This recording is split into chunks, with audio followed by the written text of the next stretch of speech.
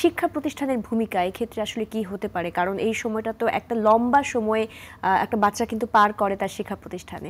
তো সেটার ভূমিকার জায়গাগুলো যদি একটু বলেন। ধন্যবাদ।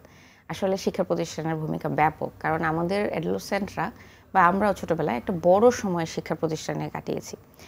শিক্ষা প্রতিষ্ঠান থেকে প্রথম কথা যেটা হতে পারে যে যারা শিক্ষকরা আছেন তারাও এক গার্ডিয়ান, তারা যেটা মেইনটেইন করতে পারেন যে বাচ্চা যেন ওখানে কোনো ট্রিগারিং বা বুলিং এর শিকার না হন। টিচাররাও অনেক সময় অনেক নেগেটিভ কমেন্টস করে ফেলেন। অনেক সময় টিচাররা দেখেন যে হয়তো গ্রুপিংস হচ্ছে ক্লাসে, যেটা যে বাচ্চাটা লেফট আউট একা আছে তার জন্য কিন্তু এটা কষ্টের। এবং বিভিন্ন সময় দেখা যাচ্ছে যে তার ফিজিক্যাল অ্যাপিয়ারেন্স নিয়ে বুলিং হচ্ছে, তার সেক্সুয়াল ইন্টারেস্ট নিয়ে বুলিং হচ্ছে, তার ড্রেস আপ নিয়ে বুলিং হচ্ছে। খুব স্যাটেল ভাবে হয়, কিন্তু বাচ্চাটার কিন্তু ক্রাইসিসটা তখন বেড়ে যায়। তো শিক্ষকের এই ভূমিকাটা থাকতে পারে। দুই হচ্ছে, যদি শিক্ষক মনে করে যে বাচ্চার সাডেন চেঞ্জ অফ বিহেভিয়ার হচ্ছে বা বাচ্চার একাডেমিক পারফরমেন্স সাডেনলি খারাপ হয়ে যাচ্ছে আগে সে যেমন ছিল, তাহলে উনি আইডেন্টিফাই করতে পারেন যে কোনো একটা প্রবলেম আছে। কারণ এই জিনিসটা হয়তো প্যারেন্টসরা জানেন না যে তার পারফরমেন্স খারাপ হচ্ছে। সে হয়তো ক্লাসে আগে রেসপন্স করতো, এখন সেভাবে রেসপন্স করছে না। হয়তো সে আগে যে ফ্রেন্ডদের সাথে ঘুরতো এখন সে ফ্রেন্ডদের সাথে ঘুরছে না, একা হয়ে পড়ছে অথবা বদমেজাজি হয়ে পড়ছে। আইদার ওয়ে শিক্ষক সেটা নোটিস করতে পারেন, শিক্ষক সেটা অবজার্ভ করতে পারেন যে আসলে ক্লাসরুমে কোনো কারণে এটা হচ্ছে কিনা।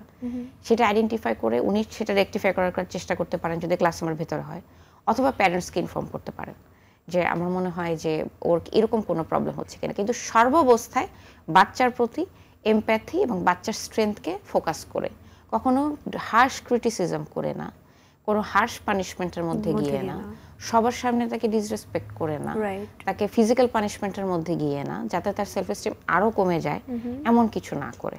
কাজে শিক্ষা প্রতিষ্ঠানের ব্যাপক একটা ভূমিকা আছে। এবং অনেক শিক্ষা প্রতিষ্ঠানে দেখা যায় যে মানসিক স্বাস্থ্য দেওয়ার জন্য, স্বাস্থ্যের ওয়েলবিং এর জন্য কেউ না কেউ থাকেন, স্টুডেন্ট কাউন্সিলর থাকেন, অনেক সময় সাইকিয়াট্রিস্টরা ভিজিটে যান। এগুলো যদি রেগুলার বেসিসে করা হয় তাহলে এবং শিক্ষকদেরও যদি প্রাথমিক প্রশিক্ষণের আওতায় আনা যায়। Absolutely, very beautiful, thank you. So এই প্রাথমিক প্রশিক্ষণ যাতে আমরা আইডেন্টিফাই করতে পারেন এবং রেগুলার বেসিসে বাচ্চারা যদি তাদের প্রবলেমগুলো শেয়ারিং এর একটা প্র্যাকটিসে বেড়ে ওঠে, তাহলে আমার মনে হয় তাদের এই যে একাডেমিক ওয়েলবিংটা কিন্তু এনশিওর হবে।